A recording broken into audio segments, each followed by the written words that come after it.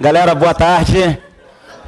Brasil, boa tarde. Um beijo no coração de vocês. Hoje a gente está novamente tirando a parte aqui do... Né, o Daniel já fez às vezes aí de alegrar a galera. Então hoje a gente vai ser um pouco mais sucinto, mais curto, porque o tempo da gente está um pouco esgotado. Uma das maiores dúvidas para quem está estudando para concurso, isso eu falo para vocês porque eu vivenciei isso na pele. São duas coisas que prejudicam a gente. Uma o Evandro já falou, que é a falta de continuidade. Então a gente faz um concurso, aí leva um pau, vai mal no concurso, e a maior parte da galera, o que faz? Desanima. Você que está me olhando aí em casa, provavelmente fez um concurso esse ano, tomou um pau, e a primeira coisa que a gente pensa é o seguinte: vou voltar para a minha vidazinha, né? Ah, se eu tinha um emprego lá no boteco, eu volto para o emprego. Se eu trabalhava lá de office boy ou no escritório, eu vou voltar para essa vida, porque isso é seguro e o resto é incerto. É isso que a gente tende a pensar. Aí tem a pressão da família, aí vem aquela coisa toda, enfim. A pessoa perde todo o trabalho, às vezes ao longo de um ano, de 6 meses, enfim, joga tudo por água abaixo. E esse é o primeiro detalhe. O segundo, mais especificamente na minha matéria, que representa um pouco disso que o Evandro falou, é que a atualidades tem um problemazinho grave, né, gente? A gente estuda hoje, daqui a 2 meses a gente pensa assim: o que eu vou fazer com aquilo que eu aprendi há 2 meses atrás? É uma grande incógnita. E isso a gente vai resolver falando para vocês agora como que a gente, apesar de ter tido uma aula de atualidades há 2, 3 meses atrás, a gente consegue se manter atualizado. Então, uma das coisas principais é que você tem que conhecer a tua organizadora. Você tem que conhecer a sua banca. E assim, você vai saber o modus operandi, ou seja, quais são as fontes de consulta que o cara que está lá elaborando a prova, ele vai utilizar, e são as mesmas fontes que vocês têm que estar acompanhando no dia a dia, né, quando vocês estiverem estudando. Aí eu separei aqui algumas fontes relacionadas a Sesgran Rio, que é a banca organizadora de vocês. Ela geralmente, com poucas variações, ela vai estar utilizando como fonte de consulta para as questões de atualidades, que são aqueles textos introdutórios, né, que vem lá na questão, no comandamento da questão. Essas mesmas fontes, ó, Veja, A Época, Carta Capital. Então, no material de vocês existem outras fontes que eu coloquei aí para vocês, como Le Monde, Diplomatique, como outros sites especializados, que são as fontes que, invariavelmente, ela vai estar utilizando. Aí o que vocês têm que fazer para vocês se manterem atualizados? Vocês têm uma aula comigo. Aí eu separo lá, coloco tópicos sobre política, sobre economia, sobre sociedade, sobre meio ambiente. Aí, por exemplo, vamos lá, meio ambiente, aí a gente fala lá do protocolo de Kyoto, que seria aquela parte estrutural, ou seja, não mudou.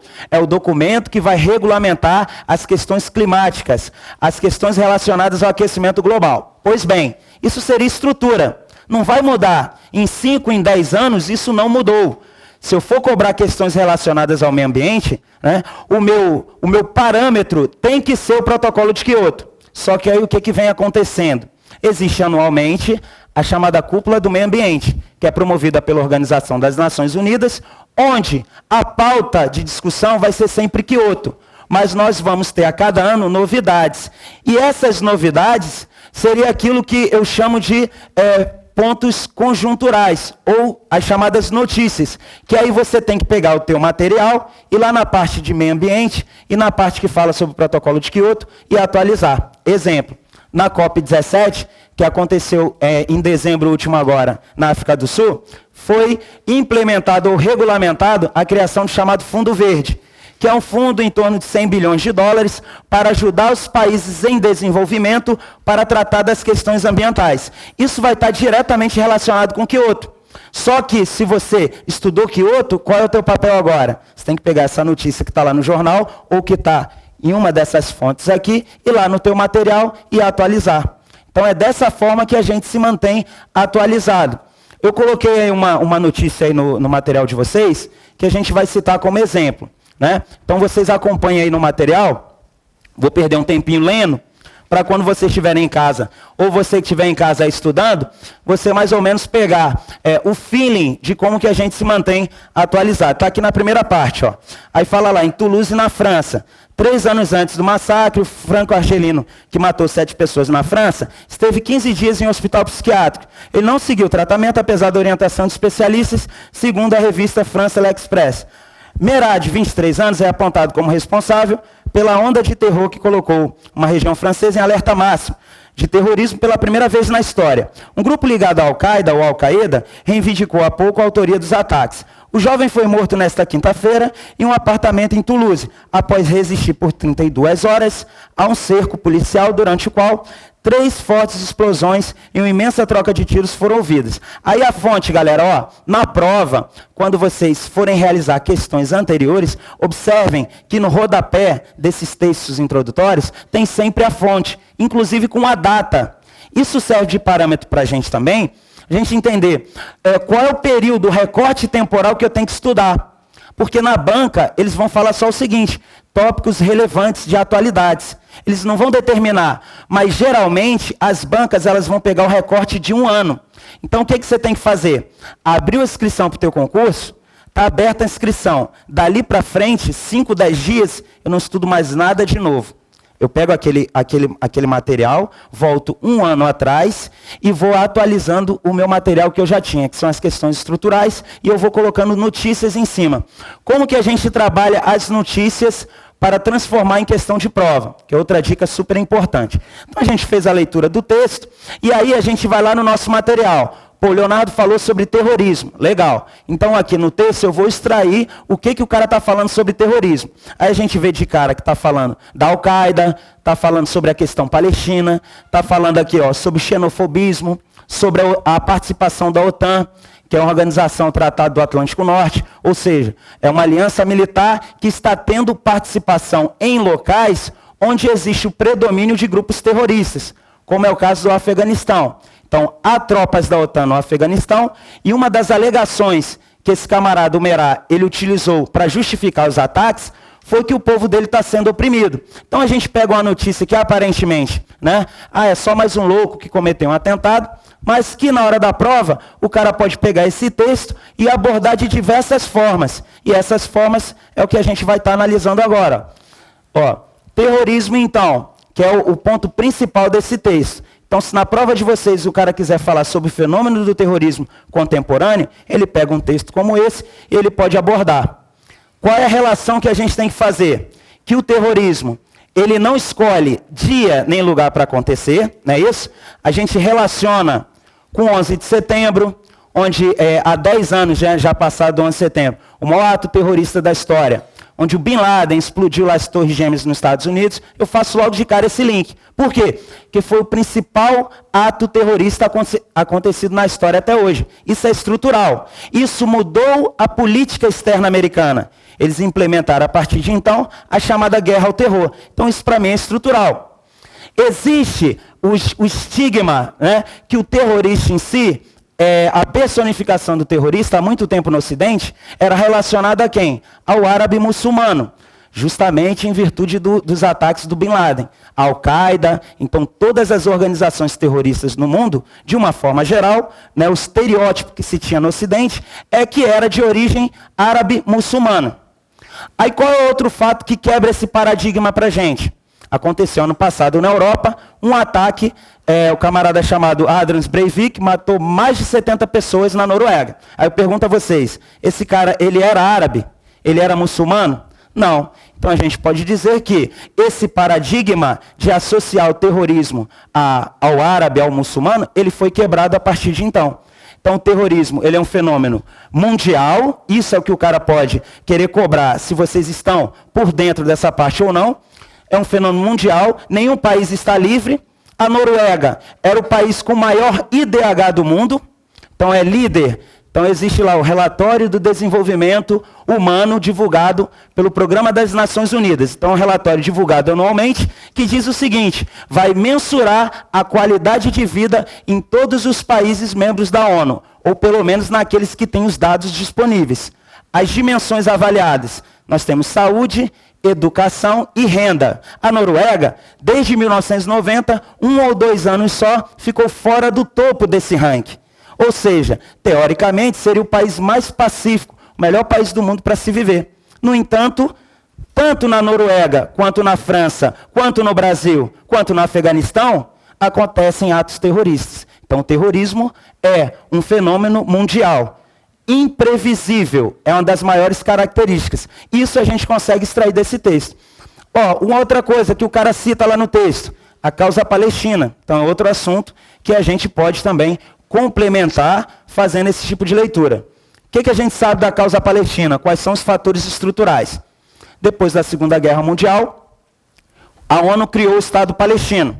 Então, os judeus, que foram as maiores vítimas, né, do Holocausto nazista, ou seja, os nazistas aprisionavam os judeus nos campos de concentração, e a partir daí, no final da Segunda Guerra Mundial, o mundo se perguntou, o que nós vamos fazer com esse povo, com o judeu? Aí decidiu-se pela criação do Estado de Israel, né? Aí a gente recorre um pouco, inclusive, à história bíblica, que é aquela região chamada Terra Prometida, ali onde hoje existe o Estado de Israel, seria chamada Terra Prometida. Então, onde existia um Estado palestino, naquela região, foram criados 2 estados, ou seja, o Estado judeu e o Estado palestino. Acontece que Israel vai ser cercado por estados árabes, todos hostis à presença desse povo naquela região. Então nós temos a Síria, que também aparece no noticiário, em virtude das chamadas revoltas árabes. A Síria é um país vizinho de Israel, onde nós temos lá o presidente Bashar al-Assad. Nós temos o Líbano, que também é outro país árabe hostil a Israel. E a gente associa o Líbano à presença de um outro grupo terrorista, o Hezbollah, que também está sempre presente nas ações contra Israel. Nós temos ao sul o país mais importante da chamada Liga Árabe, que é o Egito. Então, dentro desses países envoltos aí nas revoltas árabes, o mais importante para a gente poder entender para o Ocidente é o Egito, devido ao seu poder econômico, seu poder militar. Ao sul, então, de Israel, nós temos o Egito. Então, o que fica para a gente? Que após a criação do Estado de Israel em 1948, aquela região nunca mais teve paz. Por quê? Todos os povos vizinhos eram árabes e eram hostis à criação do Estado de Israel. Perfeito. Só que vai acontecer um conflito em 1967. É a chamada Guerra dos 6 Dias. Esse conflito, ele é estrutural para a gente. Por quê? Porque desde então, aquela região ela vai ganhar uma nova configuração. Aí a gente tem que sempre estar linkando, Israel é aliado histórico dos Estados Unidos. Então a gente entende por que Israel conseguiu sobreviver cercado de inimigos naquela região. Porque sempre teve o apoio ocidental. Na Guerra dos 6 Dias, Israel, após sofrer um ataque desses povos árabes que coexistem naquela região, ele vai tomar uma grande quantidade de terras da Palestina. A Palestina, até hoje, basicamente, vai estar restrita a 2 pequenas ilhas cercadas por Israel. Ilhas no sentido que vai estar cercado por Israel, que é a faixa de Gaza, onde nós temos lá um grupo terrorista agindo naquela região, que é o Hamas, e a Cisjordânia. Então, o antigo Estado palestino está restrito a essas 2 regiões. O que acontece hoje? Qual é a mudança no cenário? Os Estados Unidos, desde 1967, ele vem intermediando as negociações entre palestinos e judeus para a resolução do conflito, sem sucesso. Atualmente, o governo da Palestina, na figura do presidente Mahmoud Abbas, ele burlou esse protocolo de envolver os Estados Unidos na negociação e foi até o Conselho de Segurança da ONU para pedir, na verdade ele foi até a ONU, né? O Conselho de Segurança é um dos órgãos que compõem o sistema ONU. Ele vai até a ONU, até a Assembleia Geral e pede o reconhecimento do Estado da Palestina, com fronteiras anteriores a 1967. Ou seja, 1967 é estrutural para a gente, porque é um divisor de águas. Então a Palestina hoje quer o retorno dos seus territórios à situação anterior a 1967. Aí a gente entende de cara que se os palestinos não contaram com o apoio americano para tomar essa decisão, eles também não vão ter o apoio americano aonde? Na Organização das Nações Unidas. Lá nós temos então a Assembleia Geral, que é para onde o pleito palestino foi levado. Nós temos 193 países que compõem a Assembleia Geral da ONU. Cada país tem direito a um voto. Para que a causa palestina fosse levada adiante, eram necessários 130 votos dos 193. Isso eles conseguiram. Legal, bacana. Depois da Assembleia Geral, a decisão ela vai ser tomada no âmbito do Conselho de Segurança, que é o órgão mais importante para a nossa prova. Por quê? Porque é o órgão da ONU onde são tomadas as decisões coercitivas. Exemplo, hoje nós temos em vigor sanções contra um país, que é o Irã. Então o Irã é um país que recebe sanções da ONU. Por quê? Porque eles têm um programa nuclear controverso e eles não mostram para o mundo aquilo que eles estão fazendo com o enriquecimento de urânio. Ou seja, qual é a finalidade da produção de energia nuclear naquele país.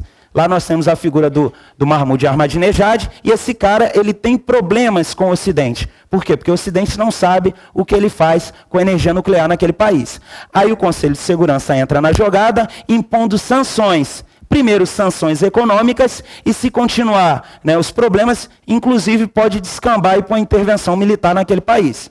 Então essa vamos dizer assim, a função do Conselho de Segurança da ONU, é o órgão coercitivo, né, o órgão que impõe sanções. No caso anterior, como eu estava falando para vocês, nessas questões que envolvem reconhecimento de Estado, como é o caso da Palestina, há a importante participação também do Conselho de Segurança. Só que diferente da Assembleia Geral, lá nós temos só 15 países. Na Assembleia eu falei para vocês que nós temos 193. No Conselho de Segurança são somente 15. E tem um detalhe mais importante ainda. Desses 15, nós temos 5 que têm o chamado poder de veto. Eles têm um poder especial de quê? De barrar qualquer proposição, de barrar qualquer resolução que seja votada no âmbito do Conselho de Segurança. Assim, quais são esses 5 países? Nós temos Estados Unidos, temos a China, a Rússia, a França e o Reino Unido. Como eu falei para vocês, os americanos, eles vêm intermediando a questão palestina desde 1967. Dessa vez a Palestina deixou os americanos de lado e foram direto à ONU requerer o seu direito. Com isso, no âmbito do Conselho de Segurança, os Estados Unidos não vão apoiar a causa palestina. Então, assim a gente entende que a questão palestina é de difícil solução. Porque quando bater lá no Conselho de Segurança da ONU, os Estados Unidos vão vetar. Ainda que a Palestina tenha o apoio dos demais países, os Estados Unidos não apoiam o retorno das terras à situação anterior a 1967. Por quê? Porque eles querem que a Palestina resolva juntamente com Israel essa questão, o que parece muito complicado no momento. No caso da OTAN, a OTAN é a Organização Militar do Ocidente, ou Organização do Tratado do Atlântico Norte. O que significa isso? É uma aliança militar que nasceu lá naquele antigo modelo de mundo, no modelo bipolar, onde nós tínhamos, de um lado, a União Soviética como uma superpotência, defendendo o modelo socialista, e do outro lado, nós tínhamos os Estados Unidos com o modelo capitalista. Então era esse regime bipolar. Legal. Do lado capitalista, nós temos a criação da OTAN, que é a Organização Militar do Ocidente. Para o quê?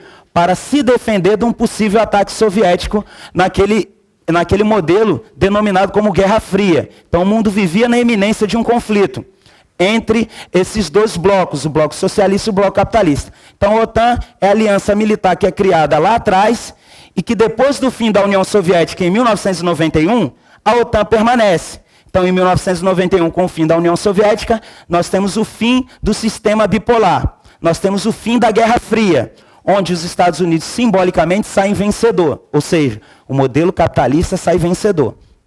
Do lado da União Soviética, nós tínhamos o Pacto de Varsóvia, que também era uma aliança militar, de autoajuda em caso de algum confronto com o lado capitalista. Acaba a aliança do bloco socialista, acaba o Pacto de Varsóvia com o fim da União Soviética em 1991. O que permanece até hoje, então? A OTAN. Então, até hoje, essa instituição que foi criada lá atrás, ela permanece servindo de braço armado para as ações americanas e dos seus aliados. Aí, o texto faz sentido para a gente, porque a gente entende que, após os atentados de 11 de setembro, os Estados Unidos eles implementam a chamada guerra ao terror. O que é isso? Eles saem invadindo os países, atrás na caça do Osama Bin Laden, e todos os países que se opunham à política americana, mais ou menos assim, ó, você é a favor da causa americana? Você está do lado dos americanos? Você está? Não está. Então vamos invadir ela. Então é sinal que ela é terrorista, que ela conhece terrorista, que ela abriga terrorista. Então assim os Estados Unidos eles saem pelo mundo disseminando essa política da guerra ao terror. Eles chegam naquela região do planeta, assim, ó, eu quero instalar uma base americana em Bagdá. Para quê? Para apoiar as ações contra o terror. É claro que a gente sabe que por trás disso existem interesses econômicos. Ninguém é criança. Mas o discurso americano vai ser pautado em cima do terrorismo. Aí, no caso do Afeganistão, aquele país que era dominado, à época, pela chamada milícia do Talibã, que eram hostis aos americanos, eles vão se negar a cooperar com os americanos nessa captura do Bin Laden. O que os americanos fazem então? Em 2001, apoiado pelas tropas da Aliança Militar do Ocidente, Organização do Tratado do Atlântico Norte, é a mesma coisa, eles vão e invadem o Afeganistão desde 2001. Então eles estão naquele país, estão ocupando o país desde 2001. Aí eles retiram o Talibã do poder e atualmente tem um camarada chamado Hamid Karzai, que está no poder lá, que é o presidente lá do Afeganistão, e que só consegue se manter no poder devido ao apoio das tropas da OTAN.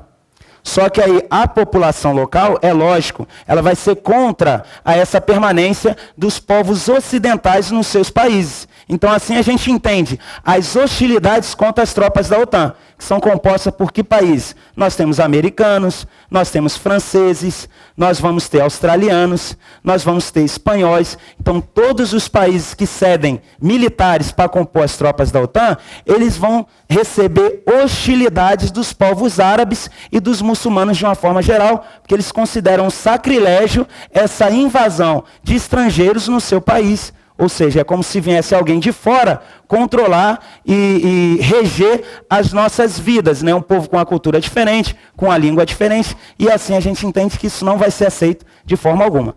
A outra questão do xenofobismo, também muito importante. O xenofobismo, ele é um preconceito, geralmente gerado por questões étnicas. E na Europa, em virtude da crise, é uma outra associação que a gente faz, a gente sabe que temos lá a União Europeia. Dentro da União Europeia, nós temos lá a zona do euro, né, são 17 países, a União Europeia são 27. Dentro desses 17 países da zona do euro, nós temos 5 países que vão ser assim, denominados pela sigla PIIGS, que eles vão estar mais no olho assim, da crise realmente. Então nós temos aqui dentro da União Europeia a zona do euro, não é isso? Composta aí por 17 países, e dentro desses 17 países, nós temos os chamados PIIGS. Em livre tradução, economias podres, Portugal, Irlanda, Itália, Grécia e África do Sul.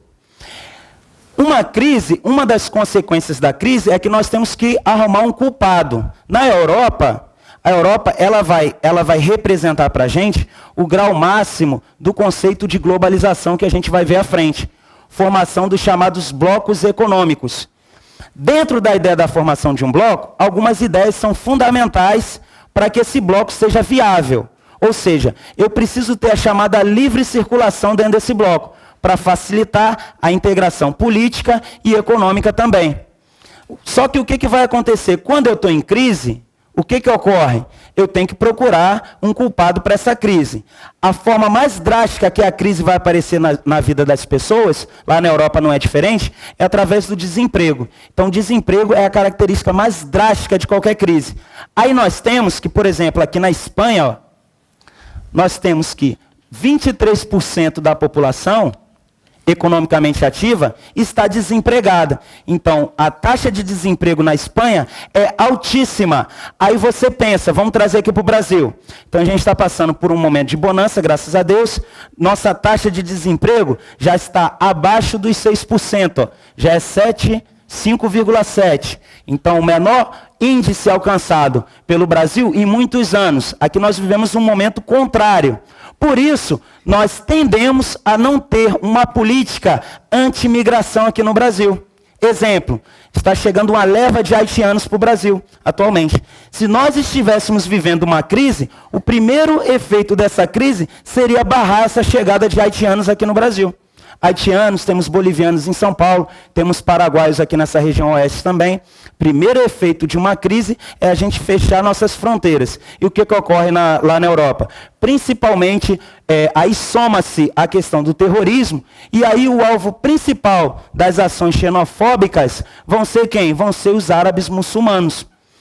E aí a gente entende que a relação que a gente pode fazer também com as chamadas revoltas árabes, onde nós temos na Tunísia e na Líbia, principais países que vão exportar imigrantes para a Europa nesse momento. Pessoas que vão fugir da crise, que vão fugir também dos conflitos bélicos, eles vão rumar para a Europa em busca de quê? De melhor qualidade de vida.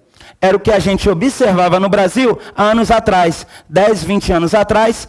Era muito comum em algumas cidades, principalmente, em Minas tem uma cidade lá, acho que é Governador Valadares, que era uma cidade que exportava bastante imigrantes. As pessoas saíam do Brasil, muitas vezes ilegalmente, iam buscar empregos na Europa, iam buscar uma melhor condição de vida nos Estados Unidos, juntavam dinheiro, mandavam para cá para o Brasil, ou muitas vezes juntavam e voltavam para abrir o seu negócio aqui no Brasil. Atualmente, nosso momento econômico é diferente. Mas então, o xenofobismo, ele vai estar... O que vai estar por trás do xenofobismo, desse preconceito? É a crise que assola aquele continente. E que vai ser citada aí também no texto aí do Merá. No caso da França, um caso curioso. O governo francês, ele vai proibir a utilização de burca pelas mulheres, que é aquele indumentário, né, próprio das muçulmanas, que elas utilizam para cobrir parte do seu rosto, parte do seu corpo. Então a gente vê que uma questão relacionada ao terrorismo, ela vai gerar também um preconceito, porque a gente parte do seguinte princípio: se eu não sei onde o ato terrorista ele pode acontecer e a que momento, né, as pessoas começam a ter medo de tudo. E daí você está dentro de um metrô em Paris e você olha para o lado, você vê uma pessoa toda coberta. Você não sabe se ela está carregando no seu corpo, né, explosivos, você não sabe se é homem, se é mulher realmente, e isso vai gerar o preconceito e medidas mais extremas vão ser tomadas, como essa questão da proibição da utilização de burca, ok? Então assim, a gente pega uma notícia que, num primeiro momento, a gente não dá muita importância, só que a gente pode extrair diversas questões relacionadas à nossa prova. Então, eu olho uma notícia, como é que eu sei que ela é importante? Se eu guardar a relação com o material que eu tenho anotado, com o material de estudo que eu já venho trazendo há algum tempo, ok? Então é dessa forma que a gente vai destrinchando o conhecimento, fazendo sempre essas relações, essas interligações, e assim a gente chega preparado para a nossa prova. Galera, eu diria que essa parte agora é a parte mais importante no estudo de atualidades atualmente. Todas as questões de prova, elas partem desse pressuposto aqui, desse conceito, que é o conceito de globalização. E aí eu vou facilitar a vida de vocês, ó. Você em casa me acompanha também, ó. Globalização, em prova, em concurso, duas palavrinhas: integração e interdependência. Essas duas palavras resumem esse conceito para a nossa prova. Obrigatoriamente, o examinador ele tende a utilizar essas duas palavras. Então, ó, globalização, integração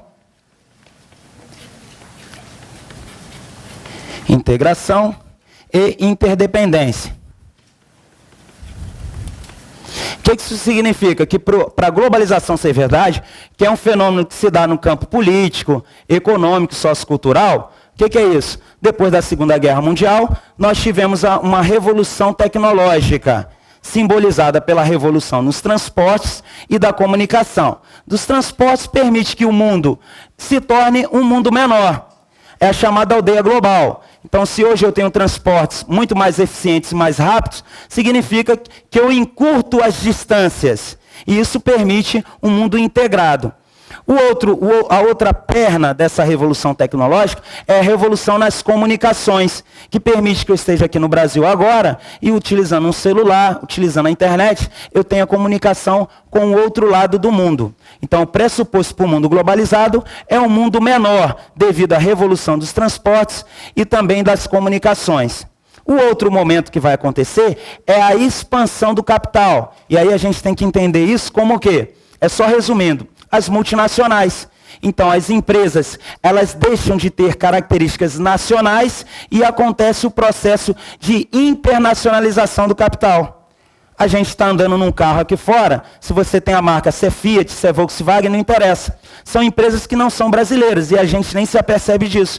Em algum momento, essas empresas pararam de produzir lá fora e exportar os carros aqui para o Brasil e vieram para o Brasil montar os carros aqui no próprio Brasil. Porque isso ia o quê? Baratear a produção. E, consequentemente, o maior número de pessoas teriam acesso a esses bens produzidos. Então, a globalização é esse fenômeno que se dá no campo político, econômico, sociocultural, que só é possível graças à integração, que só é possível graças a essa revolução tecnológica e a revolução das comunicações, tornando o mundo um lugar menor, né? Estreitando as distâncias. Um outro conceito importante é a questão do neoliberalismo. também. O que diz o neoliberalismo? Ele diz o seguinte, ó, que o governo ele não tem que interferir na economia. Isso significa que os países eles vão perder, um certo ponto, a sua autonomia econômica. Porque o que vai pregar o neoliberalismo? A gente vai puxar aqui para o lado. Vai pregar a livre circulação. Livre circulação. Livre circulação de quê? De mercadorias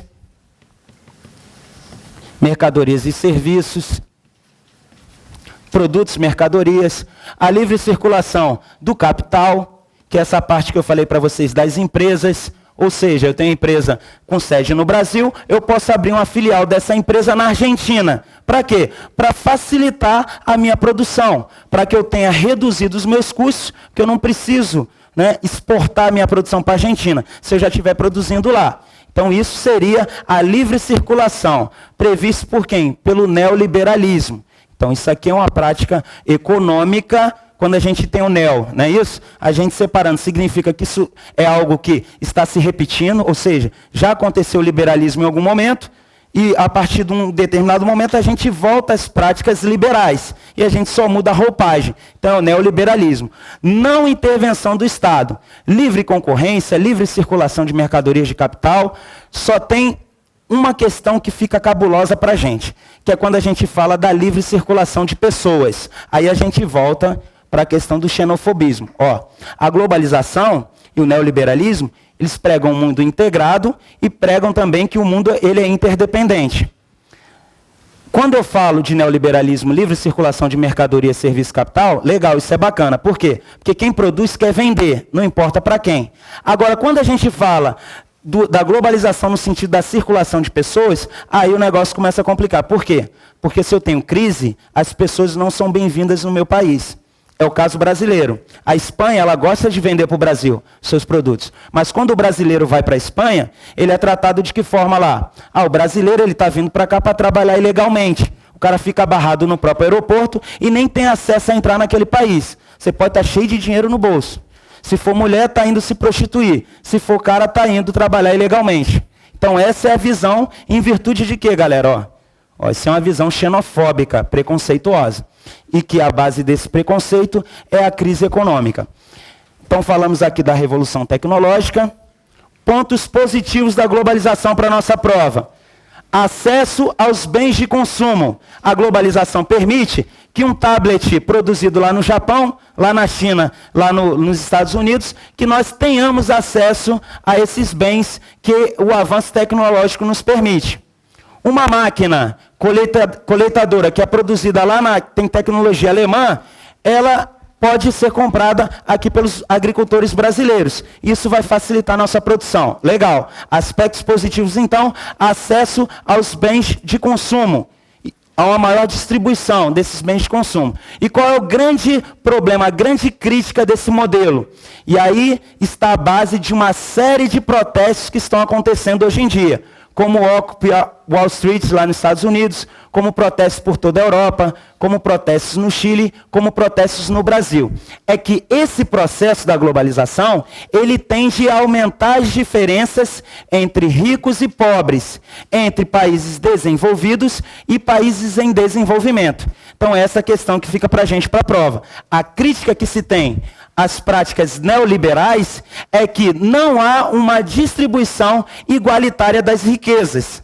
Há uma má distribuição. Muitas pessoas não ganham nada e poucas pessoas ganham muito com esse processo. Aí vem a crítica às grandes corporações capitalistas. Por quê? Porque elas estão enriquecendo, apesar da crise, enquanto o nível de desemprego da população cada vez maior nesses países que estão em crise.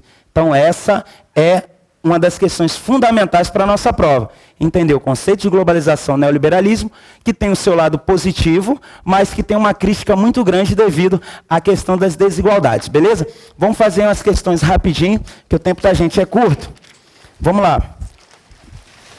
A primeira, galera, manifestantes da foto tem como foco protesto e atuação da Organização Mundial do Comércio, então a OMC. A OMC é um organismo filiado ao sistema ONU, que vai cuidar justamente dessas relações multilaterais que envolvem o comércio. Então, OMC, Organização Mundial do Comércio. Qual é o papel da OMC? É garantir que as práticas neoliberais funcionem, ou seja, liberalização dos mercados, que aumente o fluxo de comércio no mundo. Ou seja, quebrar, derrubar as barreiras à livre circulação comercial. Esse é o papel da OMC, ou seja, acabar com protecionismo. Esse é o papel. Aí está falando. E uma dos principais documentos, das principais tentativas de liberalização desse comércio é a chamada Rodada de Doha, que foi um encontro onde foram determinadas algumas metas que teriam que ser seguidos pelos países para flexibilizar e facilitar o comércio em escala mundial. Então, para isso serve a OMC. Aí, legal. Dentre o alvo dos protestos, destaca-se a seguinte diretriz da Rodada de Doha. Então, se eu falo para vocês que o objetivo da OMC, você em casa me acompanhando, se o objetivo da OMC é a liberalização do comércio em escala mundial, aí a gente tem que entender. Aí vem lá, ó, letra A, fragilização do comércio multilateral. É um dos objetivos da OMC? Claro que não. Consolidação do protecionismo econômico. É o objetivo da OMC? Também não. Ó, liberalização do comércio mundial. Letra C, a gente mata a nossa questão. Bem tranquilo, né? As outras duas também não tem nada a ver. Vamos lá, número 2. Muitos bancos, fundos de investimentos, grandes grupos industriais, estados milionários privados, planejam instalar na África fazendas e empresas gigantes a fim de produzir alimentos e biocombustíveis exclusivamente para exportação. A análise da situação apresentada acima conduz à conclusão específica de que, atualmente na África, existe o risco do retorno à prática do neocolonialismo. Então é a letra A. Por quê? Dentro desse processo de globalização, nós temos a divisão da produção mundial. Alguns países vão ficar com que parte? Vão ficar com a parte da produção do setor primário. Outros países, como a China, eles vão cuidar da parte dos manufaturados. São países que vão produzir para exportação. Produzir o quê? Bens de consumo, em escala. Em escala, por exemplo, geladeiras, né, produtos da linha branca, automóveis, então vai produzir em escala. Tranquilo. Tem um outro detalhe nessa questão. Dentro dessa prática colonial, o que acontecia? Países pobres produzem insumos e vão vender para os países ricos. Os países ricos compram esses insumos à produção, transformam esses insumos em bens de capital e revendem depois para esses países que não detêm tecnologia para produzir. É o que acontece, é uma crítica que há no Brasil, que o Brasil deveria ser menos dependente da importação desses bens industrializados. Então, realmente, como a colega aqui frisou, é uma das críticas que se tem ao modelo econômico brasileiro atualmente. E vamos para a última questão. Aí está falando lá de terremotos politizados, enfim. A letra A, na número 2, é que satisfaz a nossa questão. E a 3, o foco da crítica contida no texto acima se direciona à política neoliberal, que é a crítica que a gente vinha discutindo com relação a esse modelo neoliberal, que tende, no final, a aumentar as diferenças entre quem tem mais e quem tem menos. Isso tanto a nível de sociedade, ou seja, dentro da nossa sociedade, a nível de pessoas. Então nós observamos que a diferença entre ricos e pobres, por exemplo, no Brasil, 1% da população vai ter grande parte da divisão da renda no total. E nós vemos que grande parte da nossa população vai ter que dividir uma fatia menor do bolo. Então essa é uma realidade. Ok, galera? Então assim, foquem a preparação de vocês na parte de atualidades, entendendo esses conceitos que vão dar sentido para o mundo onde a gente vive, ó, globalização e neoliberalismo, e continuem acompanhando as principais notícias naqueles veículos de comunicação que eu listei para vocês aí no material e que a gente falou aqui no quadro, ok? Então, uma boa preparação para vocês. Foi um prazer estar aqui com vocês mais uma vez. Vocês aí de casa também. Um forte abraço, um beijo no coração e qualquer coisa, a gente está aí à disposição. Manda um abraço lá para a Aretusa do Rio. Lá que tá. Aretusa do Rio. Aretusa, um forte abraço para você. A gente está junto. Até a tua aprovação aí. Um grande abraço.